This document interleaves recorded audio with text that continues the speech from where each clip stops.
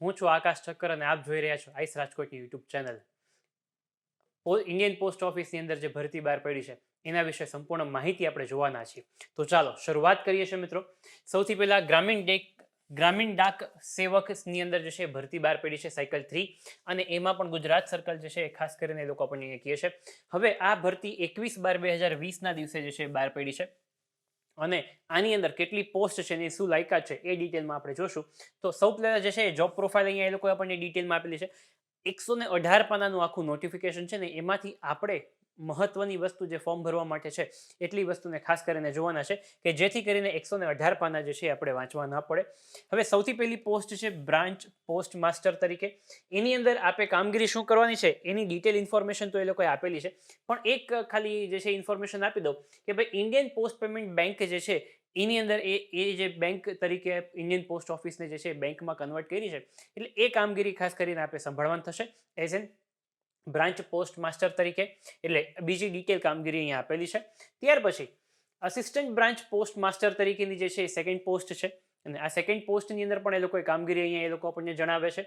ત્યાર પછી થર્ડ જે પોસ્ટ છે એ ડાક સેવકની પોસ્ટ છે, અને ડાક સેવક જે છે એ આ પોસ્ટની અંદર ખાસ કરીને આપણને સાયકલ આવડતી હોવી જોઈએ. જો તમને સ્કૂટર અથવા બાઇક આવડતું હોય તો એ પણ તમને સાયકલ આવડે છે એવું જે છે એ ગણવામાં આવશે.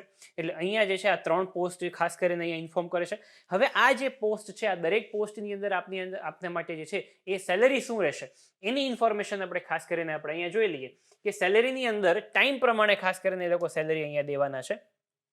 હવે ટાઈમ પ્રમાણે સેલેરી દેવાના છે એ આપને વાત કરું મિત્રો તો એ કંઈક આવું છે.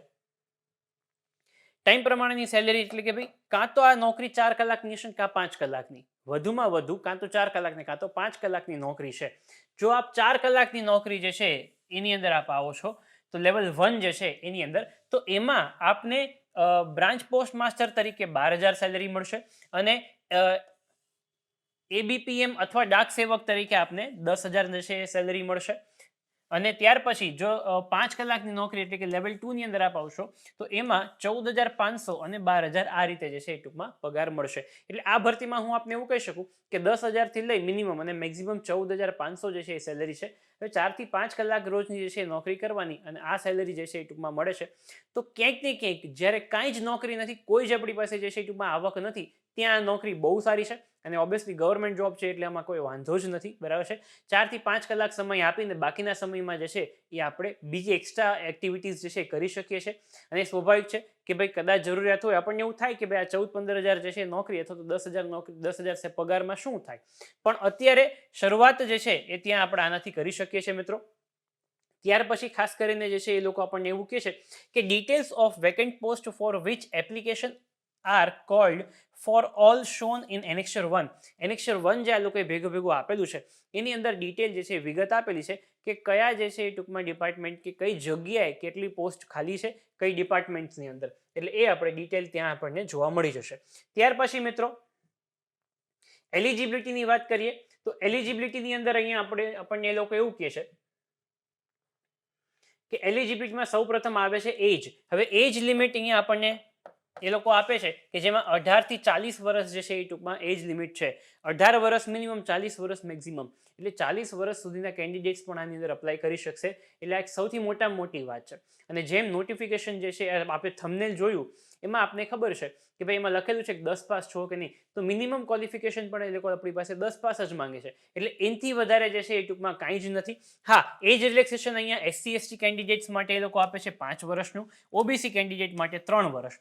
એટલે અહીંયા પણ બેનિફિટ એસસી એસટી કેન્ડિડેટ માટે એ છે કે ભાઈ 40 વર્ષ હોય તો એની જગ્યાએ જે છે બીજા 5 વર્ષ વધારે, એટલે 45 વર્ષ સુધી જે છે એસસી એસટી કેન્ડિડેટ જે છે ફોર્મ ભરી શકશે. ઓબીસી કેન્ડિડેટ છે તો એ બીજા 3 વર્ષની છૂટાછ એટલે 43 વર્ષ સુધી ફોર્મ ભરી શકશે. ત્યાર પછી ઈડબ્લ્યુએસ કેન્ડિડેટ્સ માટે કોઈ જ એજ રિલેક્સેશન નથી અહીંયા આપેલો એ લોકો. અને ત્યાર પછી ફિઝિકલ હેન્ડીકેપ, ફિઝિકલ ડિસેબલ હોય તો એ લોકો માટે 10 વર્ષની છૂટછાટ છે. ફિઝિકલ ડિસેબલ હોય અને સાથે સાથે ઓબીસી હોય ઓબીસી કેટેગરીમાં આવતા હોય અને પોતે ફિઝિકલ ડિસેબલ હોય કેન્ડિડેટ, તો એ કેન્ડિડેટને 13 વર્ષ સુધીની છૂટછાટ મળશે. એટલે 40 અને 13 બીજા એટલે 53 વર્ષ સુધી જે છે એ કેન્ડિડેટ ફોર્મ ભરી શકશે. ત્યાં સુધીની એ લોકોની વય મર્યાદા ચાલશે. અને એવી જ રીતે જો SC/ST ની અંદર પોતે બિલોંગ કરતા હોય અને ફિઝિકલ ડિસેબલ હોય તો એ લોકો માટે 55 વર્ષ સુધી એટલે કે 15 વર્ષની બીજી છૂટછાટ અહીંયા એ લોકો આપે છે. એટલે આ એક બેનિફિટ ખાસ કરીને આપણને અહીંયા આપે છે. ત્યાર પછી એજ્યુકેશન ક્વોલિફિકેશનની અંદર મહત્વની બાબત આપણે જોઈ લઈએ. એની અંદર આપણને સૌપ્રથમ એ લોકો એવું કહે છે કે ભાઈ 10th સ્ટેન્ડર્ડ જે છે એ હોવું જોઈએ with passing marks in mathematics, local language and English. Mathematics, local language અને ઇંગ્લિશની અંદર જે છે ખાસ કરીને પાસિંગ માર્ક્સ તો હોવા જ જોઈએ મિનિમમ. એટલે કે અહીંયા આપણે જે છે આ 3 વિષય તો તમારે ફરજિયાત હોવા જોઈએ. જો આ 3માંથી એકેય વિષય નથી તો આ ફોર્મ ભરી શકશો નહીં. કારણ કે ઘણા કેન્ડિડેટ્સ એવા પણ હોય કે તે 10મું ધોરણ જે છે આઉટ ઓફ ગુજરાત કરેલું હોય તો એ લોકોને લોકલ લેંગ્વેજમાં ગુજરાત ન હોય, એટલે એ કેન્ડિડેટ જે છે અહીંયા ફોર્મ ન ભરી શકે. એટલે આ એક વસ્તુ ખાસ કરીને અહીંયા આપણે ધ્યાનમાં લેવાની છે. ત્યાર પછી compulsory knowledge of local language. The candidate should have studied the local language at least up to 10th standard. 10મા ધોરણ સુધી કેન્ડિડેટે આ લેંગ્વેજ જે છે લોકલ લેંગ્વેજ ભણેલી હોવી જોઈએ. અને ત્યાર પછી શું કહે છે, list of official local language of state are shown below. કે ભાઈ કયા કયા સ્ટેટમાં કઈ લોકલ લેંગ્વેજ જે છે એ લાગશે એ લોકો આપણને નીચે જણાવે છે. તો એમાંથી ખાસ કરીને આપણે જોઈ લઈએ કે આપણે આપણા સ્ટેટની અંદર, ગુજરાત સ્ટેટની અંદર લોકલ લેંગ્વેજ શું રાખશે તો એની અંદર ગુજરાતી જ રહેશે. જેમ કે ગુજરાત છે, દાદરાનગર હવેલી છે, દીવ દમણ છે, એટલે કે ગુજરાતની અંદર આટલું બિલોંગ કરે ને આટલા જગ્યાએ જે છે એ ગુજરાતી જ લોકલ લેંગ્વેજ એ લોકો કન્સિડર કરશે. એવું અહીંયા એ લોકો આપણને જણાવવા માંગે છે. બરાબર છે, ખબર હશે તો બહુ સારી વાત છે. અને છતાં એક બેઝિક ઇન્ફોર્મેશન છે, કદાચ ક્વેરી માટે જે છે હોઈ શકે. એટલે અહીંયા હવે બેઝિક કોમ્પ્યુટર ટ્રેનિંગ જે છે હોવી જોઈએ. બેઝિક કોમ્પ્યુટર ટ્રેનિંગની અંદર જે છે આપણે કહું મિત્રો તો અહીંયા એ લોકો એવું કહે છે the candidate for approved categories for GDS referred to in above will be required to furnish basic computer training course certificate at least of 60 days duration. 60 દિવસ ડ્યુરેશનનો તમારી પાસે બેઝિક કોમ્પ્યુટર સર્ટિફિકેટ હોવું જોઈએ, એ ફરજિયાત છે. બરાબર છે, 10 પાસ ફરજિયાત છે. એવી જ રીતે સાથે ક્વોલિફિકેશનમાં એક આ વસ્તુ પણ ફરજિયાત છે. From any computer training institute run by central government, state government, universities board, private institute, organisation, આમાંથી કોઈ પણ જગ્યાનું સર્ટિફિકેટ આપની પાસે હોવું જોઈએ, એ ફરજિયાતમાં છે. આગળ આપણને એવું કહે છે કે this requirement of basic computer knowledge shall be relaxable in case where a candidate has studied a computer as a subject in matriculation or class 12 or any other higher educational level. એટલે કે 10મામાં, 12મામાં અથવા એનાથી higher education આપણી પાસે હોય અને એમાં તમે કોમ્પ્યુટર વિષય તરીકે ભણેલા છો તો તમારે સર્ટિફિકેટની જરૂરિયાત નથી. ક્લિયર છે? અને જો કોમ્પ્યુટર ભણેલા નથી વિષય તરીકે આપણે 10મા, 12મા કે ગ્રેજ્યુએશનમાં તો આપણે કોમ્પ્યુટર સર્ટિફિકેટ ફરજિયાત રિક્વાયરમેન્ટ રહેશે. બરાબર છે, એટલે અહીંયા એટલી બેઝિક ઇન્ફોર્મેશન એ લોકો આપણને આપે. ત્યારબાદ જોઈએ મિત્રો આગળ ઇન્ફોર્મેશન આપણને એ લોકો જે આપે છે, મહત્વની જ ઇન્ફોર્મેશન આપણે ખાસ કરીને અહીંયા જોશું કે નોલેજ ઓફ સાયકલિંગ જે છે એ ખાસ કરીને હું જોઈએ. Knowledge of cycling is pre request condition for all GDS post in case a candidate having knowledge of riding scooter or motorcycle. એ મેં આપને જેમ કીધું કે સ્કૂટર અથવા મોટરસાયકલ આપને આવડતું હશે તો આપને જે છે સાયકલનું જે છે આવડે છે એવું ગણાશે. The candidate has to submit a declaration to this effect. હવે આના માટે ડિક્લેરેશન આપવાનું હોય, ડિક્લેરેશનની અંદર કદાચ એ લોકો આપણને કાગળ આપશે, કાગળ ઉપર આપણે સહી કરી દેવાનું કે હા અમને સ્કૂટર કે સાયકલ કે XYZ વસ્તુ આવડે છે અને કા હાથેથી લખીને દેવાનું થશે. જે તે સમયે આપણને ખ્યાલ આવશે. અત્યારે એની કોઈ ઇન્ફોર્મેશન અહીંયા આપેલી નથી, પણ હા ડિક્લેરેશન આપવાનું થશે એ લોકો સામેથી કહેશે આપણને. ક્લિયર છે? ફર્નિશિંગ ઓફ સિક્યોરિટી, તો કે સિક્યોરિટી પેટે આપણી પાસે કદાચ બોન્ડ સાઇન કરાવે અને 1 લાખ રૂપિયાનો જે છે એ બોન્ડ રહેશે કે આગળ જતા માની લો કે ભાઈ તમને બીજી કોઈ ભરતીની અંદર જે છે જોબ મળી જાય છે અને આ ભરતી જે છે આ જોબમાંથી આપણે મૂકી અને બીજે જવાનું છે તો આપણે એ બોન્ડ જે છે એ ટૂંકમાં પ્રમાણે 1 લાખ રૂપિયા જે છે ત્યાં જમા કરાવવા પડે. એટલે એ સિક્યોરિટી માટે એ લોકો ખાસ કરીને કહેતા હોય. ઘણા કેન્ડિડેટ્સ એવા હશે કે જે અત્યારે હાલમાં ભણતા હશે, 10મું કે 12મું જ હજી પાસ આઉટ થશે, બરાબર છે, અને ત્યાર પછી એ લોકોને અત્યારે ફોર્મ ભરવાની જે છે ટૂંકમાં આની અંદર તક મળી છે તો એ લોકો ફોર્મ ભરે ને કદાચ જોબ પણ મળી જાય તો એ લોકો ગ્રેજ્યુએશન કમ્પ્લીટ થયા પછી જરૂરી ન હોય કે આ જ ભરતીની અંદર જે છે આગળ કન્ટિન્યુ કરે, પણ ત્યાં સુધી એ લોકો આ જોબની અંદર કન્ટિન્યુ કરે છે અને પછી મૂકવું છે તો એક સિક્યોરિટી પર્પઝ તરીકે એ લોકો આપણી પાસે બોન્ડ સાઇન કરાવી શકે. ક્લિયર છે મિત્રો? ત્યાર પછી બેઝિક એક માહિતી આપણે જોઈ લઈએ આગળ કે આપણને ઇન્ફોર્મેશનની અંદર હા ફીઝની જે છે એમાં એવું કહે છે એ લોકો કે જનરલ કેટેગરી, ઓબીસી, ઈડબ્લ્યુએસ, મેલ કે ટ્રાન્સમેન જે છે એ લોકો માટે ફીઝ 100 રૂપિયા રહેશે અને આ 100 રૂપિયા ફીઝ આપણે ભરવાની રહેશે. અને ત્યાર પછી કયા કેન્ડિડેટ્સ માટે ફ્રી છે તો કે for each set of 5 option, એટલે કે અહીંયા આપણે એક કરતાં વધારે પોસ્ટ સિલેક્ટ કરી શકીએ છીએ, બરાબર, સર્કલ સિલેક્ટ કરી શકીએ છીએ અને એક કરતાં વધારે સર્કલ જે છે મેક્સિમમ 5 સુધી તમે સિલેક્ટ કરો ત્યાં સુધી આપની ફીસ 100 રૂપિયા રહેશે. અને ફીસ જે છે ટૂંકમાં 5 થી ઉપર આપ સિલેક્શન હશે મેક્સિમમ તમે આ એક જ ફોર્મની અંદર 20 સર્કલ 20 જેટલા સર્કલ જે છે સિલેક્શન કરી શકો છો. 20 જેટલા સર્કલની અંદર હા કોઈ પણ એક સર્કલમાં આપના મેરિટ લિસ્ટમાં નામ આવી ગયું તો આપને બીજા બધા જ સર્કલમાંથી જે છે એ ટૂંકમાં નામ નીકળી જશે બાય ડિફોલ્ટ. એટલે એ ખાસ કરીને ધ્યાનમાં રાખવાનું રહેશે.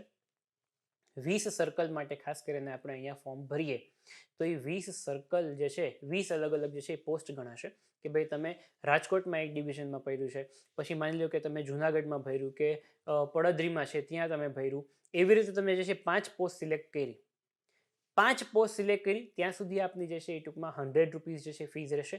5 કરતાં વધુ સિલેક્ટ કરો છો તો આપની ફીસ જે છે એ એટલી વધતી જશે. દર 5 પોસ્ટ માટે 100 રૂપિયા છે.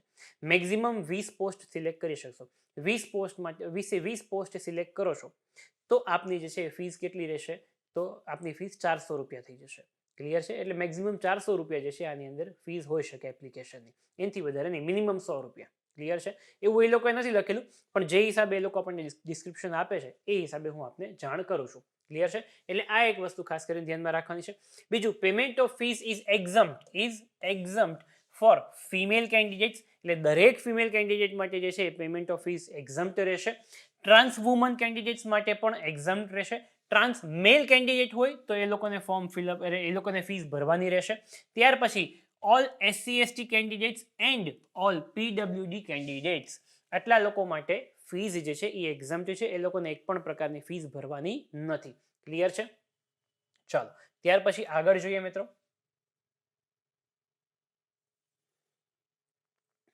Option of applying GDS post. A candidate can apply for maximum 20 post.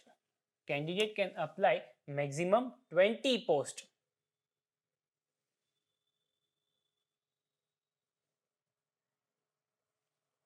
વીસ પોસ્ટ મેક્સિમમ જે છે આપણે અપ્લાય કરી શકશું.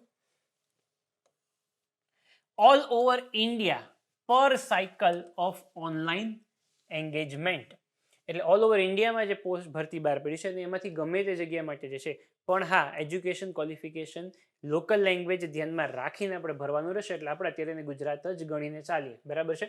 એટલે આ એક મહત્વની વસ્તુ છે. 20 જેટલી જે છે. અને એક્ઝામ્પલ તરીકે લોકો અહીંયા આપણને શું કહેશે, if a candidate opts for 5 post, માની લો કે કોઈ કેન્ડિડેટ છે 5 પોસ્ટ માટે જે છે ઓપ્ટ કરે છે with preference post 1, post 2, post 3, post 4, post 5 et cetera. હવે આ પોસ્ટ એટલે તમને કદાચ એવું થશે કે ભાઈ 3 જ પોસ્ટ માટે ભરતી બહાર પડી છે, બરાબર છે?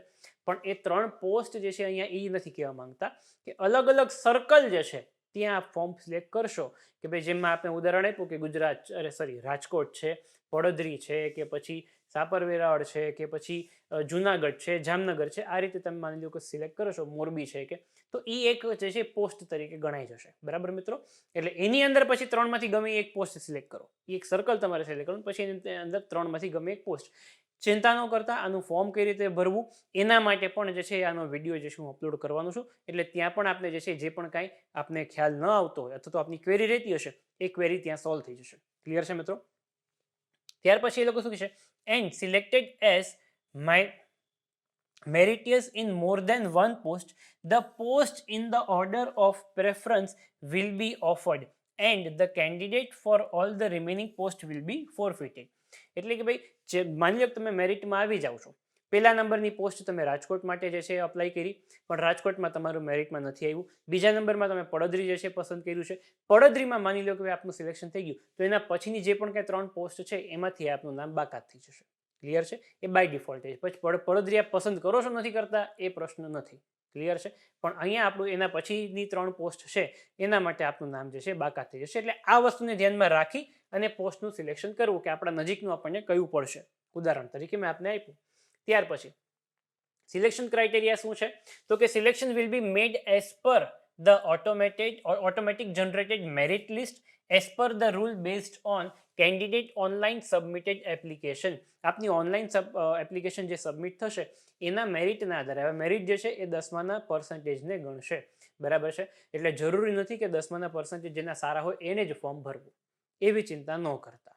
એટલે અહીંયા આપ એટલીસ્ટ 5 પોસ્ટ માટે તો પસંદ કરી શકો. એ 5માંથી બની શકે કે ભાઈ અમુક પોસ્ટમાં આપણા કરતાં વધારે મેરિટવાળા ઓછા વિદ્યાર્થીઓ, તો આપણી પસંદગી થઈ શકે છે ત્યાં. ક્લિયર? એટલે એ આપણે ચિંતા અત્યારે કરવાની જરૂર નથી. ચાલો ત્યાર પછી આગળ જે માહિતી છે એ જોઈ લઈએ.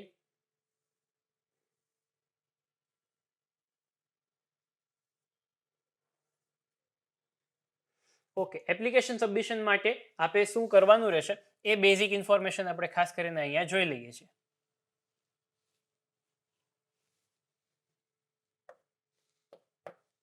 હવે એપ્લિકેશન સબમિશન માટે સૌ પ્રથમ તો આપે આ વેબસાઇટ ઉપર ખાસ કરીને જે છે જવાનું રહેશે ફોર્મ ફિલઅપ માટે. આપને ડિસ્ક્રિપ્શનમાં તો હું આ વેબસાઇટની લિંક આપી જ દઉં છું, એટલે જરાય ચિંતા ન કરતા. 21/12/2020 થી લઈ અને 20 જાન્યુઆરી 2021 સુધી ફોર્મ ભરાવાના ચાલુ છે.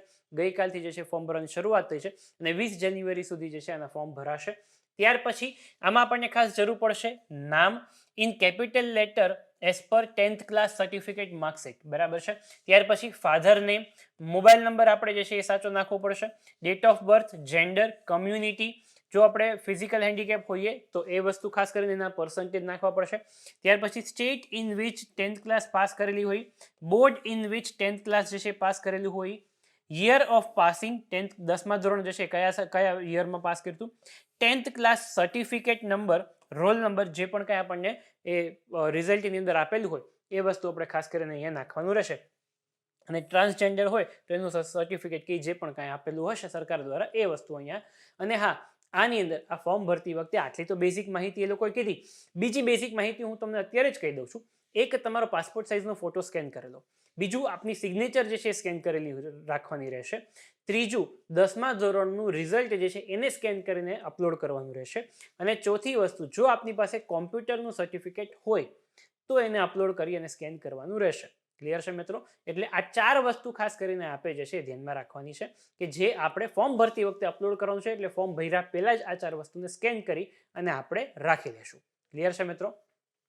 ચાલો આગળની માહિતી જે છે એ જોઈ લઈએ.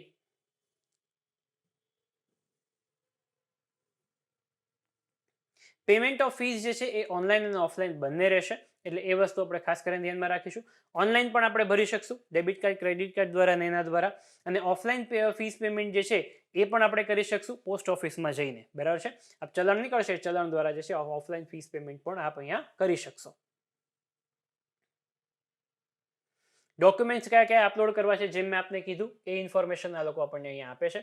ડોક્યુમેન્ટ્સ જે છે એપ્લાય કરવા માટે કે ભાઈ ક્લાસ 10નું સર્ટિફિકેટ નહીં છે, માર્કશીટ છે, ત્યાર પછી ડેટ ઓફ બર્થનું પ્રૂફ જે છે એની અંદર ક્લાસ 10 જ આવી જશે, કોમ્પ્યુટરનું સર્ટિફિકેટ છે, આટલી વસ્તુ ખાસ કરીને આપણે અપલોડ કરવાનું છે.